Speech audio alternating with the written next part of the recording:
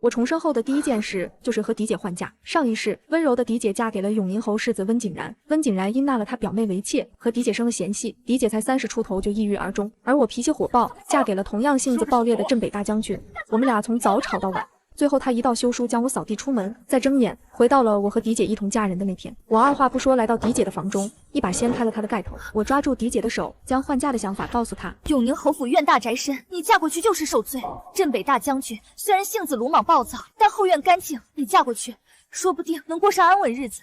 我是沈家庶女，府中只有狄姐待我最好，这一世我绝不会让狄姐再重蹈覆辙。至于那顾家的表妹，我可不是娇滴滴的女郎，有的是力气和手段。狄姐脸色发白，一脸担心地看向我。可是说是被发现怎么办？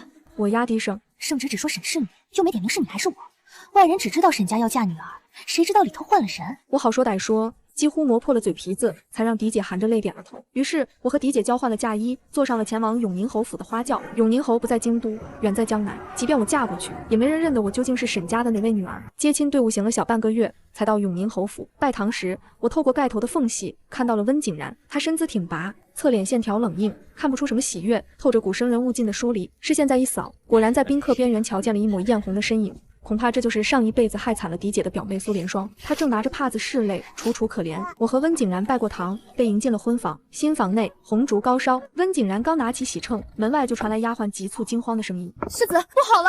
莲霜姑娘心口疼的救急犯了，晕过去了，您快去看看吧。”温景然动作一顿，眉宇间掠过一丝担忧，转身便要离开。瞧瞧，果然不是个省油的灯。我才刚进门，这苏莲霜就按捺不住了。但我可不是谁都能欺负的主。我猛地自己一把掀开盖头，站起身，大声喊住了温景然：“你给我站住！”温景然明显一愣，错愕地转头看我。我继续道：“你那表妹早不晕晚不晕，偏赶在你我大婚的时候晕，这招数我见得多多了。”温景然脸色难看，低声向我解释道：“不要胡言，莲霜她的确有心情。”胡言！我冷笑一声：“行，就算她真晕，府里没大夫，非要你过去。你今夜要是敢踏出这大门……”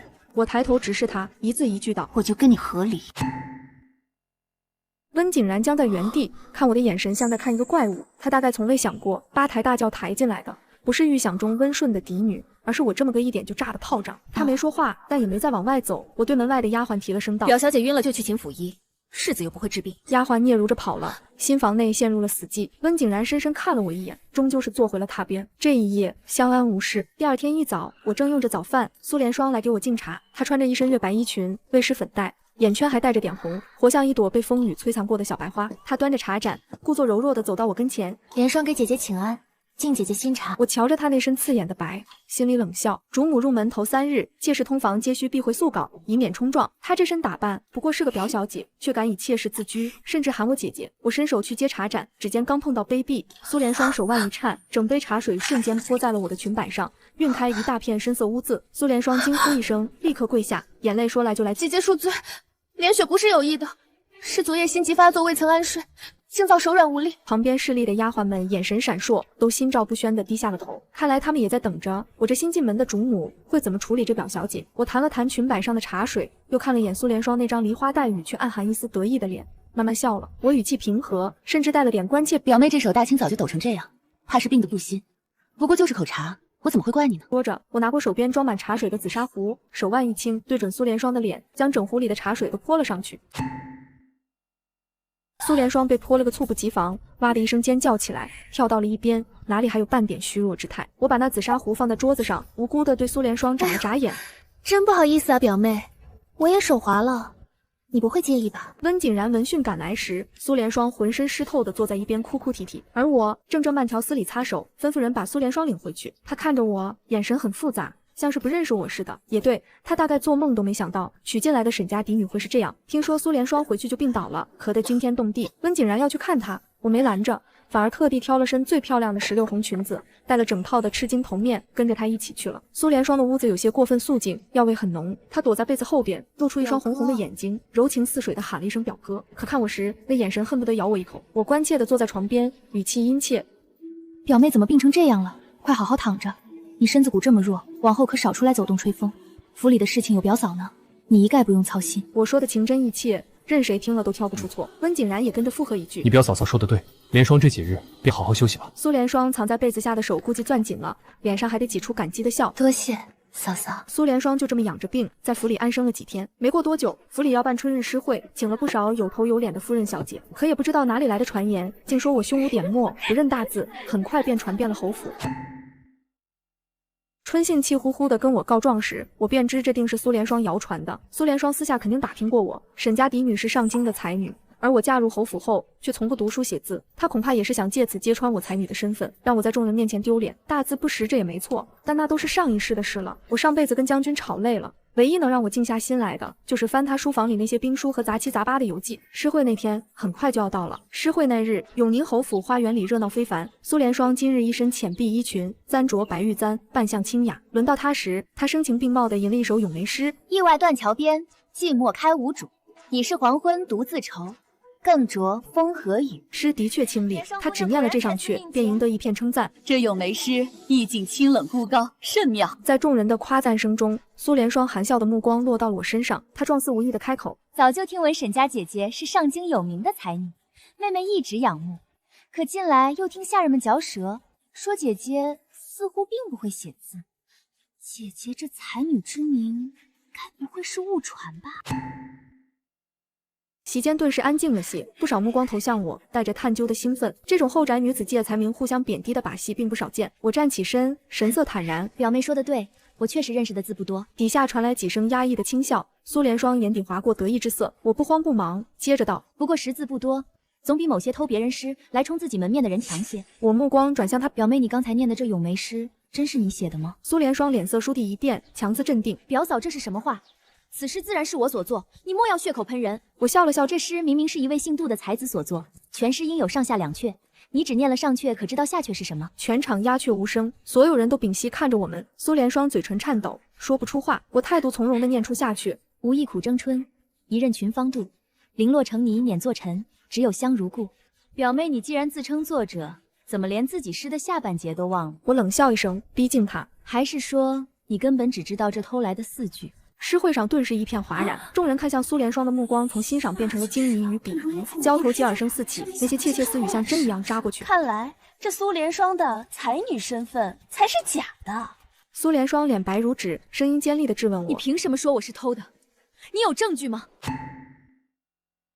证据我当然有。上一世我就听过嫡姐说，苏联双借诗会之名出尽了风头，而这首咏梅，我在上一世翻看兵书游记也读过一次。故此，在举办诗会举办之前，我便派春信去各大书铺去寻找这首咏梅的残页。我看着他，不慌不忙地从袖中取出有些年头的旧纸，纸张泛黄，墨迹也已暗淡。我举起那张旧纸，这首咏梅原作者是一位游历四方姓杜的才子。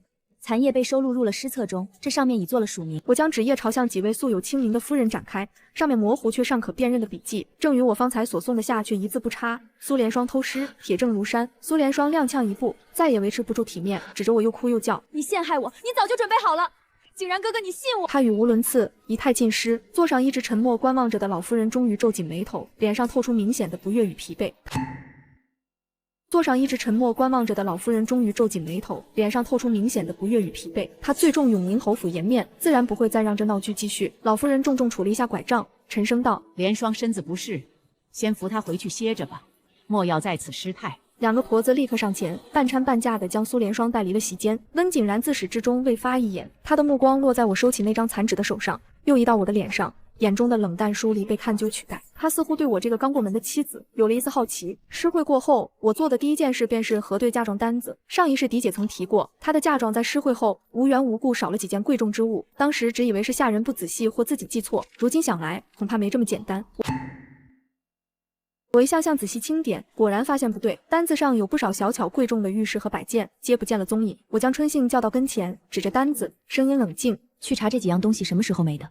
是，都有谁进过库房？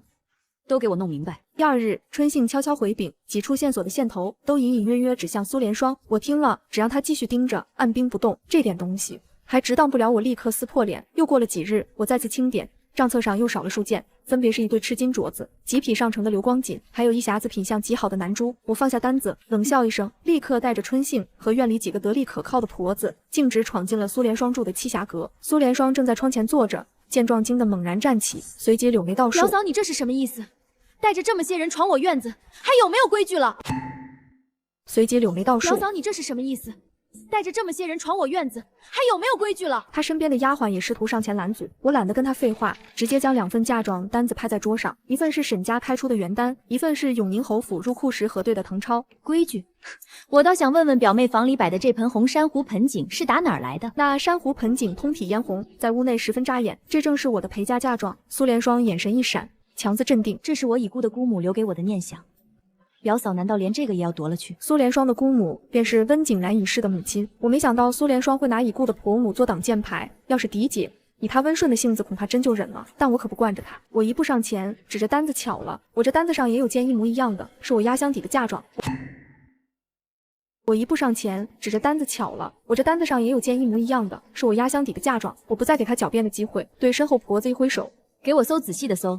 看看我这单子上不见了的东西，是不是都在表姑娘房里？苏莲霜尖叫着想要阻拦，我一抬头，2个婆子便把她按在了一边。不过一盏茶的功夫，春杏便把我嫁妆里丢失的那些物件一一搜捡了出来，证据确凿，全都是从苏莲霜房中拿出来的。苏莲霜嘴唇哆嗦着，却再也说不出一句完整的话。我指着地上那些嫁妆，冷冷地看向苏莲霜，人赃并获。表妹，这回你怎么说？不等她反应，我倏地转向春杏，声音寒怒，去立刻请老夫人过来。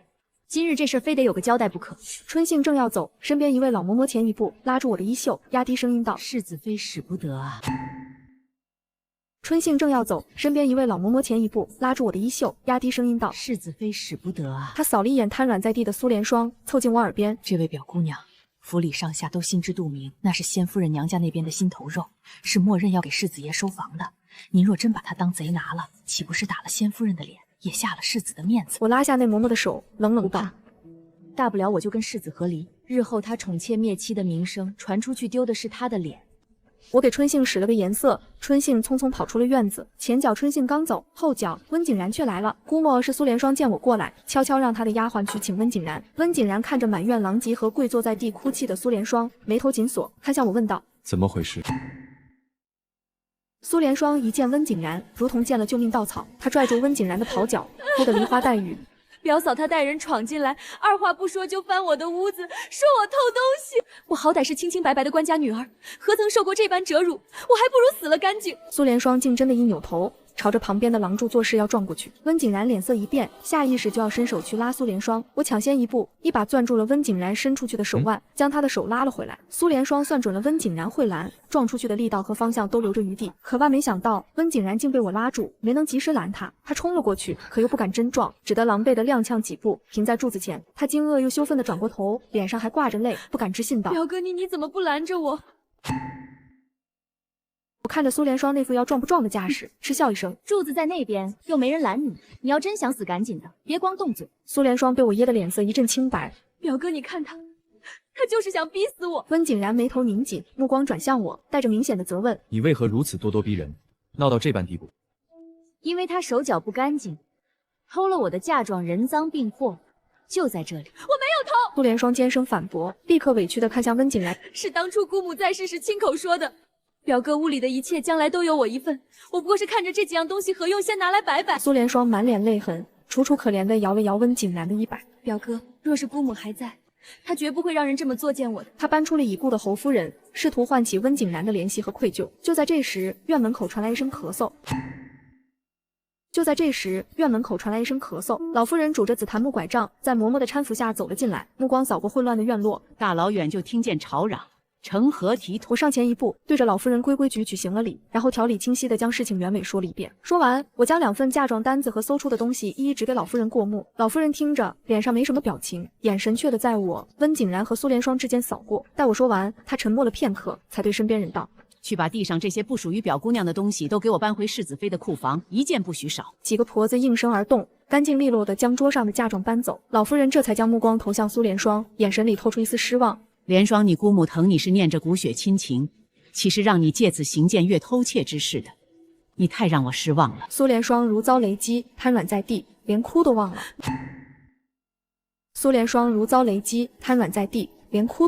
温景然嘴唇动了动，看着老夫人的脸色，终究没有再为苏莲霜开口。老夫人又看向我，眼神里掠过一丝赞许。我知道，像这种吃人不吐骨头的侯府，老夫人需要的是一个镇得住后宅的世子妃。看来我今日的表现让老夫人还算满意。今日之事到此为止。莲霜，你好生抄写女诫静心，都散了吧。处置虽不算严重，但当着全府下人的面坐实了苏联霜的偷窃之名，是给了他沉重一击。我目的已然达到，恭顺的应了声。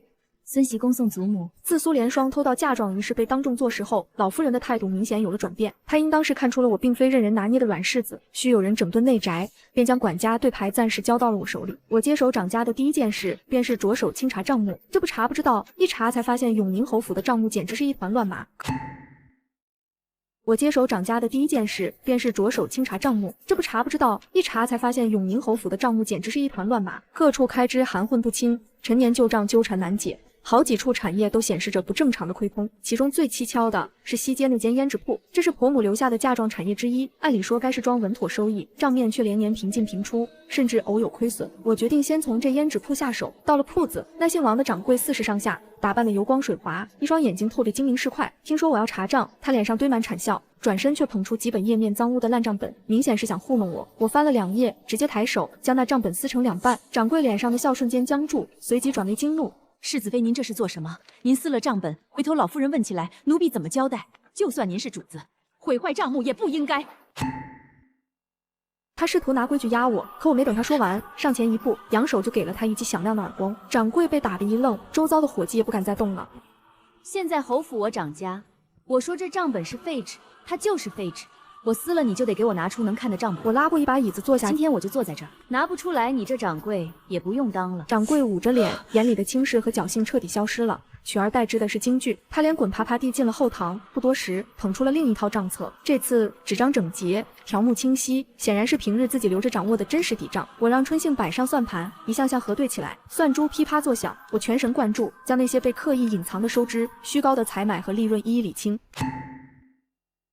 这铺子果然是个窟窿，银子不知流向何处。不知不觉，窗外天色已暗，铺子里点起了蜡烛，直到一个黑影挡住门口的光。春杏在旁边轻声提醒我：“世子妃，世子接你来了。”我从一堆账册中抬起头，温景然正站在门边，静静地看着我，神色在昏黄烛光下有些模糊难辨。我这才惊觉，天已经黑了。从胭脂铺回府的路上，温景然与我同乘，马车里有些安静。他忽然开口：“今日铺子里的事我听说了。”我侧头看他。听说了什么？说我当众撕账本，还打了掌柜的耳光，觉得我泼辣刁蛮不成体统。昏暗中，我似乎看到他嘴角极轻微的扯动一下，是让我觉得惊喜又意外的。我没料到他会这么说，愣了一瞬，然后朝他眨了眨眼。算你有眼光。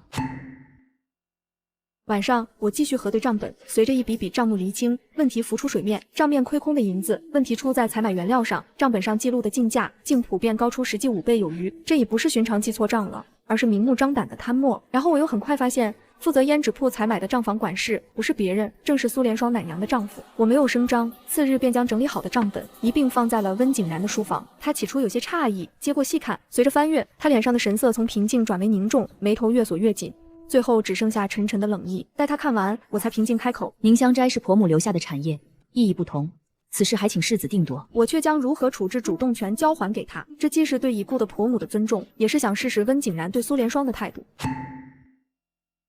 我却将如何处置主动权交还给他，这既是对已故的婆母的尊重，也是想试试温景然对苏联霜的态度。温景然合上账本。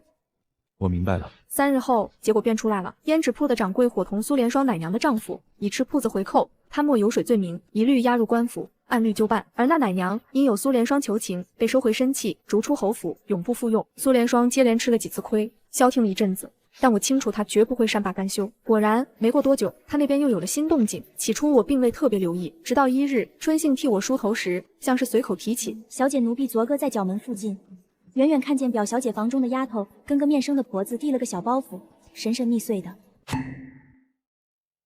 我转过身看着他：“你去打听一下，他们在做什么，小心些，别打草惊蛇。”春杏办事利落，几日后便带回确切消息。他脸色很不好看。小姐，查明白了，那婆子搭上城外一个的穷书生，此人贪财好赌，表姑娘是让他仿写笔记，伪造一些情诗，还备了件廉价配饰当做信物。我瞬间就知道苏联霜在打什么主意了。过几日便是温景然的生辰，他恐怕是想当中污蔑我私通外男。我沉吟片刻，心生一计，我对着春杏招手：“你找块不用的好料子，按我帕子的花样仿绣一张。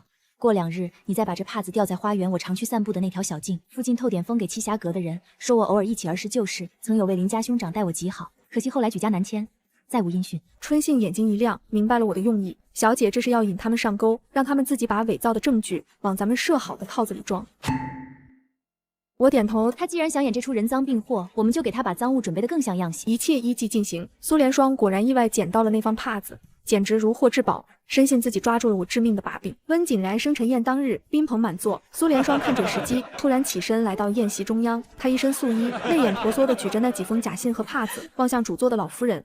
老夫人，连双今日要告发世子妃与外男私通，秽乱后宅。宴上瞬间鸦雀无声，无数道目光聚焦在我身上。苏联双跪在中央，一件件拿起赃物，向众人昭示我的罪行。为了让我出糗，苏联双甚至连那书生都来进了侯府。我缓缓站起身，脸色平静地走到穷书生面前，拿起那封伪造的情诗。你说这是我写与你的情诗？穷书生连忙点头。不错，是你亲自写给我的。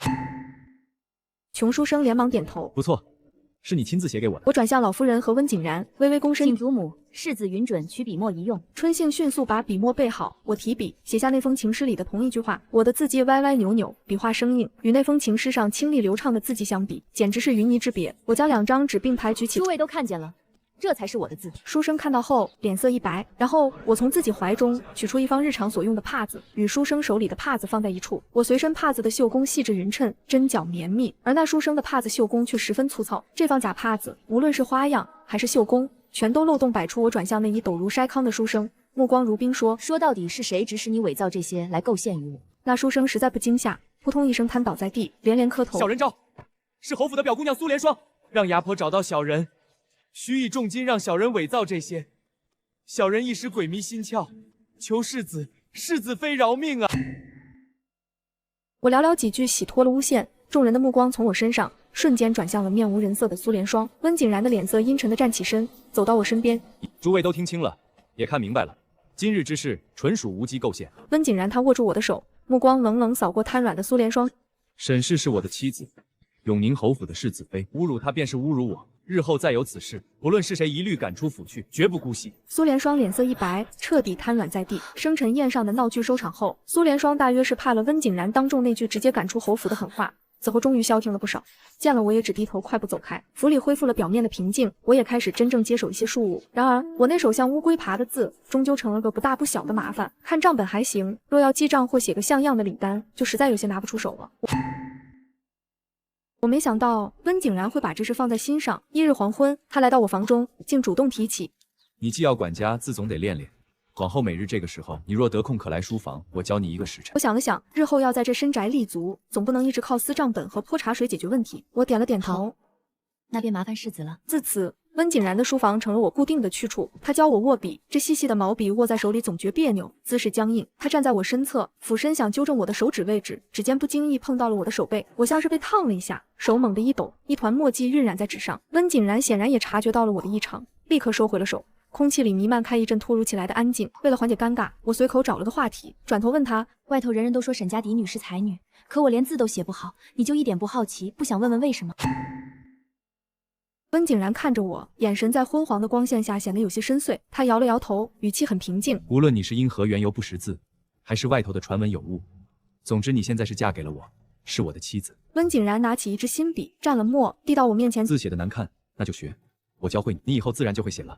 过去的事不重要。”我愣住了，一时竟不知如何接话，只是看着他，他也看着我。温景然目光里没了最初的疏离与审视，反而有一种认真，让我心头莫名一跳。就在这微妙的气氛里，他突然握住了我的手，想要教我继续拿笔写字。我几乎是下意识的猛地向后一缩，慌乱地站了起来。我今日有些困了，字也练得差不多了。我语速极快，不敢再看他的表情。明日再说吧。我几乎是落荒而逃，快步走向内间，掀开被子就钻了进去，脸颊有些发烫，心里乱糟糟的。一片寂静中，我隐约听到外间传来一声极低的轻笑。之后的每日，我都会去书房练字。温景然教的耐心，我学的也快。没过7日，我已能对照着字帖，工整抄下一首5言短诗。这天，我抄的是《诗经》里的句子：“执子之手，与子偕老。”笔尖写到“偕老”2字时，不自觉地顿了顿。上一世，我活得匆忙又粗糙，满心都是争吵和不服，觉得这些文绉绉的诗句尽是些无病呻吟。如今重活一次，静下心来描摹，才恍惚觉出这几句话里竟藏着那么沉重念想。温景然在一旁看书，余光瞥见我走神，放下书卷问道：“怎么？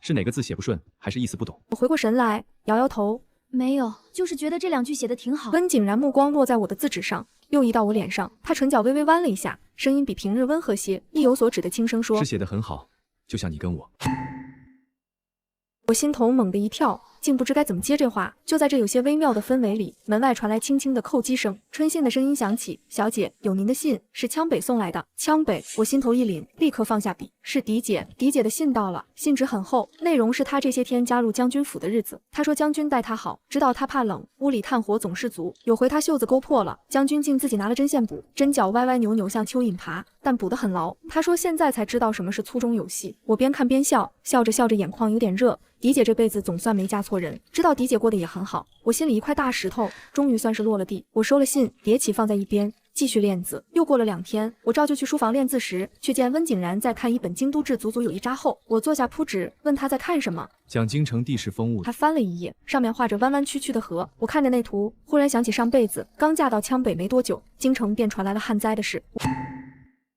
我看着那图，忽然想起上辈子刚嫁到羌北没多久，京城便传来了旱灾的事。随口说了一句，似乎连着半年都没下雨了，上京那地方恐怕要有旱灾。话落，温景然啪的合上了书，探究的大量着我。你怎么知道？我心里咯噔一下，心知说漏嘴了，连忙找补了一句：我就是突然想到，说错了吗？温景然看我一眼，没说话，我也不再开口。继续低头练字。没过多久，我便发现府内账目后来收上来的账本果然有了问题。侯府名下好几个庄子都在赔钱，越赔越多。账房说是旱灾闹的，庄稼长不好，投进去的银子像打了水漂，眼看要亏光。这么下去，侯府根基都要动摇了。温景然为这事连着几天早出晚归。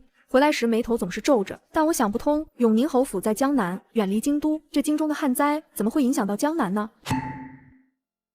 我在府中主持中馈，自然不可能任由这陪账不管，便调出往年的账翻看，那账目太多，厚厚一摞，看得我眼睛发花。看着看着，我忽然想起上辈子的一件事，也是这时候我去将军府找狄姐玩。某一晚我夜里睡不着，便夜起在偏院附近溜达。路过一个小院时，听见隔壁有人说话，声音压得低，但很急，像是2个男人，言语间都在说什么曹帮运输卡住，眼运不出来，已经贴补了许多。我当时只当是外头男人的麻烦事，没往心里去。现在对着这些账本，零碎的话忽然拼起来了。问题出在运输上，有官员和曹帮勾结，私吞了盐引，而支撑顾家的主要营生，便是这些工人吃喝的盐。我的手停在账页上，心中有些发愁，这种事我该怎么告诉温景然？我的手停在账页上，心中有些发愁，这种事我该怎么告诉温景然？如果我直接告诉他，必然会引起温景然的怀疑，倒不如把账做出来，将疑点往盐上引，他自然不会怀疑我。那一晚，我房里的灯亮到很晚，我把账本和往年卷宗，还有能查到的盐务市价记录铺了满桌。春杏帮我磨墨，我咬着笔杆在纸上一条条写，字还是歪歪扭扭，但一条一条列得清楚，哪里对不上，哪年出过类似事，可能经手的人，还有几个可疑的官名，我全都记了下来。天快亮时，我拿着那叠纸去了温景然的书房。温景然正在看地图，眼下也有轻影。我把纸递过去，他接过去看，连续看了3页后，他突然抬头看我，眼神里全是震惊。温景然指着纸上那几个官名问我：“这些人，你怎么会知道？”温景然指着纸上那几个官名问我：“这些人，你怎么会知道？”我早想好了说辞。我查了近10年江南盐务的卷宗，又比对了漕运的传期记录，发现每到这个时候，运力就卡，盐价就浮动，再往深里对。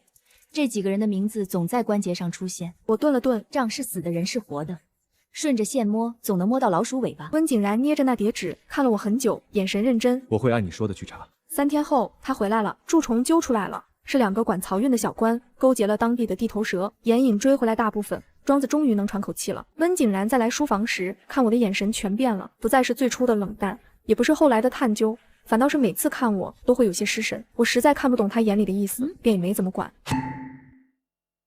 危机总算过去了，侯府里紧绷的气氛松快下来。老夫人特意摆了桌小家宴，没请外人，就我们几个。席上，老夫人脸上的皱纹都笑开了，拉着我的手说了好几遍：“景然娶了你，真是我们侯府的福气。”温景然坐在我对面，还是那副话不多的样子。可我从碗里夹菜时，发现不知何时多了块挑劲刺的鱼肉，是他默不作声夹过来的。宴会散去，天飘起了小雨，细细密密的。温景然很自然地接过春杏手中的伞撑开，我们沿着游廊往后院走。伞不大，压根容纳不了我和温景然，可我身上却一片干爽。我侧眼瞧过去，伞面大半都倾在我这边，而温景然靠外的那侧肩膀，衣裳颜色却深了大片。路过花园的荷塘时，我停了脚步。夏日的荷花早就谢了，只剩些残破的叶子耷拉着，被雨点打出噗噗的轻响。天色灰蒙蒙的，水面上漾开无数个小圆圈。温景然跟着我停下，伞稳稳举着。在看什么？我说：“看残荷听雨声，也别有一番味道。”雨声淅淅沥沥，裹着初秋的凉意。就在这片静谧里，他忽然开口，声音不高，却清晰得很：“你当初为什么愿意嫁给我？”他忽然开口，声音不高，却清晰得很。你当初为什么愿意嫁给我？我心头猛地一跳，愣在原地。为什么？难道说上辈子我看尽你和迪姐的怨偶经历，这辈子特意和迪姐换嫁？雨点打在荷叶上的声音忽然变得很响，我沉默了很久，才想了个合适的说辞。因为我知道永宁侯世子温景然是个重承诺有担当的人，嫁给这样的人，日子或许不轻松，但心里踏实。他好像没料到是这个答案，转过头来看我，伞下的空间忽然变得有些窄，我能看清他眼中闪烁的悸动的光。温景然看了我很久，握着伞柄的手指收紧，耳根以肉眼可见的速度倏地红透了。他飞快地转开脸，声音压得很低：这回多亏你为侯府渡过难关，多谢。日子又恢复了往常那样，我每日早起看账本，处理些琐事，午后若得闲，还能领几页帖子。温景然依旧忙碌，但偶尔黄昏会来书房坐坐，有时看我写字，有时自己看书。屋里安安静静的，只有纸张翻动的细响。这日我刚对完一册田庄秋收的账，春杏悄悄凑近，声音压得极低：小姐，苏莲霜那边不太对劲。小姐，苏莲霜那边不太对劲。这段时间府里忙上忙下，倒是差点忘了苏莲霜。我写字的手没听，也没抬头，只是问道：怎么说？春杏眉头皱着，小声道：他这几日出府太勤了些，每回都说是去买胭脂水粉。我派人去盯，却见他每次出门都要去后街和有个戴围帽的男人私见，说好一阵子话才走。我放下笔，抬头，男人。春杏点头。奴婢看不清脸，但不像寻常仆役，倒像是专做打听消息、牵线搭桥的人牙子。我心下一沉，苏莲霜接连受挫，这是不甘心要挖我的底了。我与迪姐换嫁的事，在沈家是绝密，但江南与京城千里之遥，若真有人不惜代价去查，未必找不到蛛丝马迹，只终究包不住火。让他查。我重新拿起笔，在空白纸页上继续写字。该来的总会来，你只需盯紧看他何时动手。春杏点头，又悄无声息地退了出去。换嫁这事本就是悬在头顶的剑，总有落下的一天。这些时日，我思量身份被揭穿时该如何应对，说辞已在心中过了无数遍。果然，第二日清晨，我去老夫人处请安，我前脚才进屋，后脚苏莲霜便从堂外跑进来，扑通一声直挺挺跪在厅中。她看着我，眼中怨毒却又得意。老夫人，莲霜今日拼着性命不要，也要揭穿一桩欺瞒之事。苏莲霜抬手指向我，她根本不是沈家嫡女苏宁华，她是个冒牌货，是沈家的庶女。心里霎时静得吓人，好几双眼睛齐齐望向我。苏莲霜从袖中掏出几页密密麻麻写满字的纸，莲霜并非污蔑，我花重金从沈家旧庄子上寻来了当年在沈家伺候过的嬷嬷，她亲口指认，眼前这位根本不是自小养在深闺的嫡小姐苏宁华。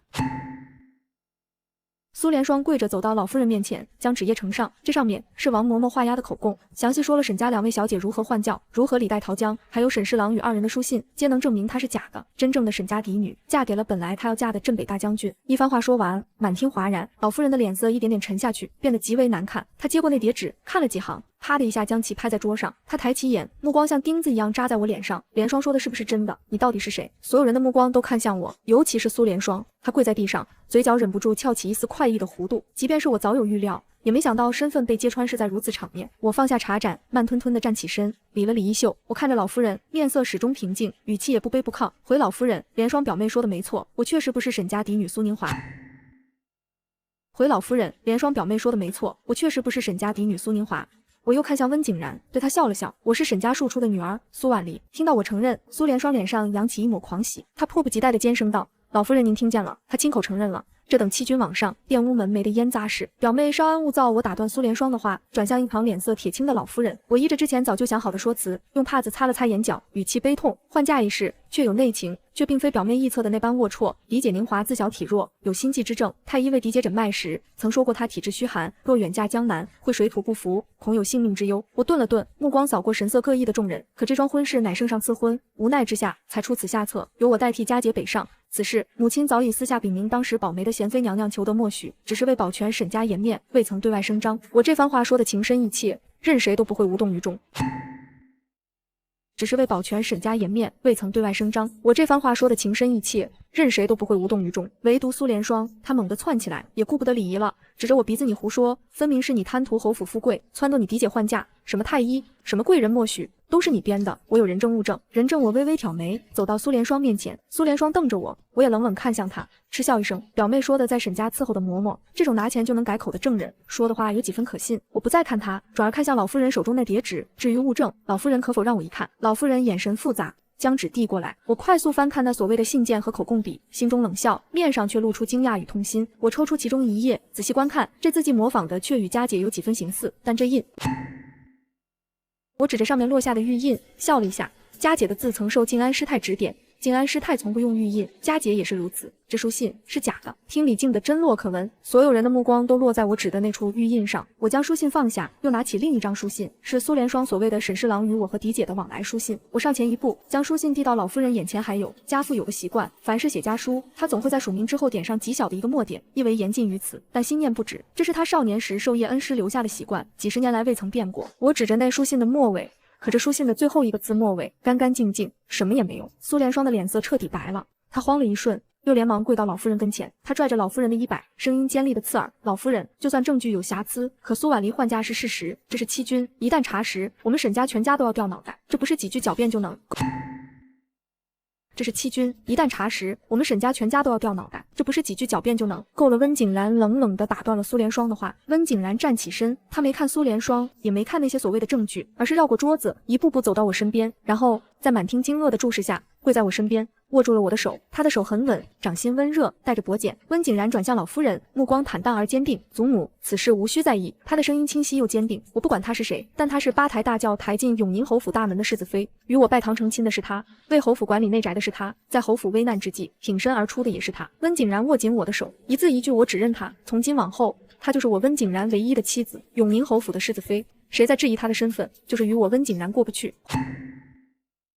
话落，苏联双像被抽掉了骨头，瘫软在地。他眼睛瞪得极大，里面全是难以置信，不甘尖叫道：“表哥，你疯了！他骗了你啊！”温景然理都没理苏联双，只是看向老夫人，微微颔首：“祖母，今日让您受惊了，此事到此为止吧。”厅里静了许久，只听见老夫人手中佛珠缓缓波动的声响。她目光深沉，在我和温景然还有瘫在地上的苏联双之间来回看了好几遍，最终才长长的叹了口气：“都起来吧。”苏联双被人搀了一把，才勉强站直，身子还在抖。老夫人看向苏联双，眼神里没了往日的慈爱，只剩下审视。联双，你今日揭发此事，可曾想过后果？苏联双张了张嘴，没发出声音。老夫人声音不高，却字字如锤：“你若将此事闹大，外头便会说侯府治家不严，轻则沦为笑柄，重则被御史参上一本欺君罔上的罪名，更严重的，被削了爵位也并非不可能。”重则被御史参上一本欺君罔上的罪名，更严重的，被削了爵位也并非不可能。苏联双脸色惨白，声音发虚，却仍有些不甘心。可他终究是骗了大家，他是换了身份，可自入门以来，打理中馈，进退有度，更在侯府危难时挺身而出。这份心是真的。说完，老夫人目光转向我，带着一丝认可，而后她语气一转，多了些冷意和厌恶：“反倒是你偷盗嫁妆，伪造证据构陷主母，还整日搬弄是非，拈酸吃醋，哪里还有半点大家闺秀的体统？”苏联双如遭雷击，踉跄后退一步。老夫人冷哼一声，站起身：“换嫁一事到此为止，今日厅内所言，若有人敢泄露半句，家法处置。”说完，老夫人目光最后落在苏联双身上，语气冷漠：“联双，你回去闭门思过，没有我的允许，不得踏出栖霞阁半步。”此事就这么轻巧地接过了，可我的心却提了上来。当晚，我坐在灯下，手里拿着本账册，却一个字也看不进去，心里像揣了只兔子，七上八下的。门被轻轻推开，温景然走了进来，他在我对面坐下，昏黄的烛光将他的面容映得柔和了些。我攥紧了账册边缘，不等他开口，抢先低声道：“对不起，我不是有意瞒你这么久。”他沉默了片刻，然后轻笑了一声：“我早就知道了。”我诧异抬头，迎上他的视线，他的眼神在烛光的映照下，竟显得有些柔和。早在我们成婚不久，我就猜到了，他指尖点了点我摊开的账本，传闻中的沈家嫡女，温婉似水，才情过人，最善琴棋书画。可你呢？他看着我，眼里带着促狭的笑意，泼辣果决，字写的歪七扭八，但对田庄账目、人情往来却敏锐得很。一个人在变，底子里的东西不会差这么远。我脸上有点热，结结巴巴开口：“那你怎么从不问，还一直帮我隐瞒？因为不重要。”他语气很平缓：“重要的是，八抬大轿抬进我顾家大门的是你，为侯府忧心奔走的是你。”他顿了顿，声音低了下去，目光却紧紧锁着我，让我觉得心动，想要靠近的也是你。烛火噼啪爆了个灯花，他轻身过来，温热的呼吸拂过我脸颊，然后一个很轻的吻落在了我的唇上。之后的一切都顺理成章。红烛燃了半宿，我和温景然的衣物散落了一地。次日清晨，我醒来时，身旁已经空了。我穿好衣服，起身走到外间，却看见昨日那本账册还摊在桌上，旁边多了一张纸，纸上是温景然工整挺拔的字迹：“我去衙门处理公务，5时回来陪你用膳。另外你的字还需多练。夫景然。”我看着那行俊秀的字，又看看自己账册上歪歪扭扭的批注，忍不住笑了出来。苏联双被关在栖霞阁足不出户1个月，瞧着是安分了，但我知道他绝对不可能就这么算了。我让春杏一直留神着那边的动静，连他院里丫头出门干了什么都记着。这天，春杏悄悄跟我说，小姐，栖霞阁那个洒扫丫头平儿，最近老往咱们院墙根晃悠，跟咱们院里的小桃递过2回东西，像是香囊，又像帕子。小桃是我院里负责茶水间的新丫鬟，手脚还算麻利，平时不大起眼。我点了点头，盯紧些，看她到底要做什么。隔日下午，小桃从厨房给我端炖好的冰糖雪梨羹，走到廊下拐角，春杏带着2个粗使婆子，无声无息地拦住了她。羹还冒着热气，春杏一把夺过，从自己头上拔下根银簪，往羹里一探，簪子头迅速变黑了。小桃的脸刷的一下变了，惨白如纸，腿一软就瘫在地上。人被押到前厅时，老夫人刚用完一盏参茶，她一看见这阵仗，眉头就皱了起来。小桃跪在地砖上，抖得像秋风里的叶子。没等老人问话，她就全招了，是表姑娘。她让平儿姐传话，给了奴婢1包药粉，说下在世子妃的饮食里。小桃哭得上气不接下气。表姑娘说事成之后，给奴婢100两银子，放奴婢出府去。奴婢一时糊涂，奴婢再也不敢了。老夫人手里的茶盏砰地搁在桌上，脸色铁青，要从哪儿来的？小桃伏在地上，磕头如捣蒜。平儿姐说是托人从西市黑街弄来的，叫什么阎王笑，奴婢不知道那是剧毒。表姑娘只说会让世子妃病一场，老夫人饶命啊！阎王笑3个字一出，厅里几个老嬷嬷都倒吸一口凉气，那是前朝后宫用过的东西，无色无味，半匙就能让人七窍流血，死得悄无声息。老夫人胸口剧烈起伏，手紧紧抓着椅子扶手，指节都白了，厉声开口：“去，把苏莲霜给我带过来。”苏莲霜被2个婆子半搀半架地带了上来，她鬓发有些松散，满脸怒容，一进门便先哭：“祖母，她污蔑我，是那贱婢自己起了歹心，与我何干？我这些日子连门都出不得，怎会可能去买毒药？”她话没说完，春杏已将从小桃住处搜出的东西呈上，一叠崭新的银票，面额正好100两，还有个小油纸包，里头是些灰白色的粉末。苏莲霜的声音戛然而止，眼睛死死盯着那些东西，一句话也说不出。我走到苏莲霜面前停下，她瘫软在地，仰头看我，眼神里有恐惧，更多的是怨恨。表妹，我开口，声音很平静。你出来时，我以礼相待。你偷我嫁妆，我给了你改过的机会。你伪造情诗，污我清白，看在已故的婆母面上，我也只让你闭门思过。我顿了顿，看着苏莲霜的眼睛，继续一字一句道：我自问不曾亏待你，更不曾主动害你，可你却一次又一次，非要置我于死地。我顿了顿，看着苏莲霜的眼睛，继续一字一句道：我自问不曾亏待你，更不曾主动害你，可你却一次又一次，非要置我于死地。苏莲霜被我问得哑口无言，却依旧恶狠狠地瞪着我。温景然始终站在我身侧，他的脸色从未如此难看过，像附了一层寒霜。他看向老夫人，声音斩钉截铁：祖母，苏莲霜下毒谋害主母，证据确凿，此等蛇蝎心肠之人，侯府断不能再容。苏莲霜面色大惊，爬到温景然腿边，想要去拉他。表哥，莲霜也不想的，可莲霜太爱你了，你原谅我莲霜吧。温景然一脚把苏莲霜踢开，苏莲霜猝不及防，直接瘫倒在地。老夫人闭了闭眼，在睁开时，眼底只剩下决绝。她看着瘫在地上面无人色的苏莲霜，缓缓道：苏莲霜，你言行失德，屡教不改，今日竟胆大包天，行此毒害之事。他深吸一口气，下了决断：即日起，除去你顾家表亲身份，派人送你回江南林家，从今往后，终身不得再踏入永宁侯府半步。从今往后，终身不得再踏入永宁侯府半步。苏莲霜浑身一颤，像是被抽去了最后一丝力气，彻底瘫倒在地。苏莲霜被送走的事，就像一块堵在心口的石头终于搬开，侯府上下都松了口气。我也正式接过了府内全部管家对牌，头一件事便是重新理定家规，各房各院职责分得清清楚楚，赏罚条例明明白白贴在墙上。田庄和铺子那边，我撤换了几个手脚不干净、阳奉阴违的管事，新挑的人都是做事踏实的。温景然将这些都看在眼里，从头到尾没多说一句，而是默默地支持我。遇到棘手的，我便去书房寻他商量，他处理他的公文，我算我的账册。我们俩有时为着一个庄子来年的章程，能说到夜深。转眼3个月过去，秋意渐浓。温景然有一日忽然说，该陪你回趟沈家了，你出嫁后还未正式归宁。我心里微微一动，点头说好。省亲那日，马车一路回了沈府，父亲和姨娘早等在正厅。见我回来，姨娘拉着我的手，眼眶瞬间就红了。父亲看着我与温景然并肩而立，神色复杂，终究只是叹了口气，问了问侯府长辈安好，又叮嘱我谨守本分。正说这些家常话，外头忽然传来一阵急促的脚步声，管家笑着走进来，语气带着兴奋：老爷，镇北大将军和大小姐回来了，是嫡姐回来了。我疼的站起身，心口突突直跳，快速迎了出去。门口，嫡姐苏宁华正扶着丫鬟的手迈进来，她穿着一身淡紫色的襦裙，外头罩着件月白的比甲，气色极好，脸颊透着健康的红晕，最显眼的是她的小腹已经微微隆起了圆润的弧度。姐姐，我叫出声。嫡姐也看见了我，眼睛一亮，笑着快走几步握住了我的手。希儿，她的手心很暖，紧紧攥着我，视线也在上下打量着我，眼里满是欢喜和感激。你瞧着气色真好，看到你这样，我这颗心才算彻底放下了。午宴设在花厅，我和嫡姐难得聚在一处，气氛欢乐。饭后，温景然陪着父亲和镇北大将军在前厅说话，我则拉着狄姐去了我从前住的暖阁说体己话。我问狄姐将军近日待她怎么样，狄姐坐在窗边的榻上，手轻轻抚着肚子，提起镇北大将军，眼里全是温柔的光。将军他脾气是急了点，嗓门也大。狄姐说着，自己先笑了，可他待我是真好，知道我怕冷，还没入冬，屋里地笼和炭盆就都备上了。我不过提了一句想念上京的软膏，他就不知从哪儿寻来个会做上京点心的厨子。狄姐顿了顿，笑意更深，声音也放轻了些。如今有了这个孩子，他更是小心了，在我面前连说话都压着嗓子，走路都怕带起风来。我听着鼻尖有点发酸，是真心为狄姐高兴。狄姐说完后，转头认真地看着我。你呢？待你如何？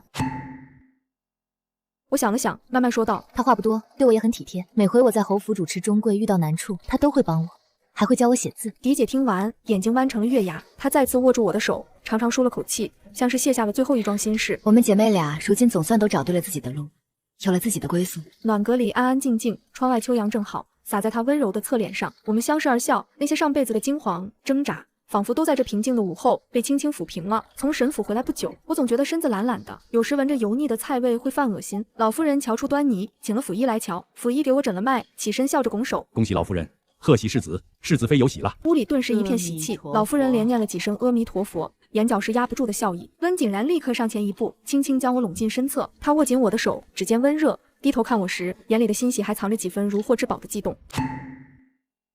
就这样过了1-2个月，直到1日，温景然从外头回来，神色有些复杂，告诉我一个江南来的消息。苏莲霜回到林家后，就被送进了城外的家庙，可他并不安分，几次三番试图逃跑，最后一次慌不择路，失足跌进了庙后的寒潭里。虽被救起，但寒气侵体，高烧了3天3夜。醒来后，人就有些不对了，时常对着空气喃喃自语，有时哭有时笑，说些谁也听不明白的胡话，神志再没清醒过。温景然说完，看我久久不说话，便轻声问我：你心里难受？我沉默了一会儿，摇了摇头，不是难受。我望着窗外开始落叶的树，是觉得他这一生本不必如此。他若肯安分，老夫人自会为他选择一门妥当的亲事。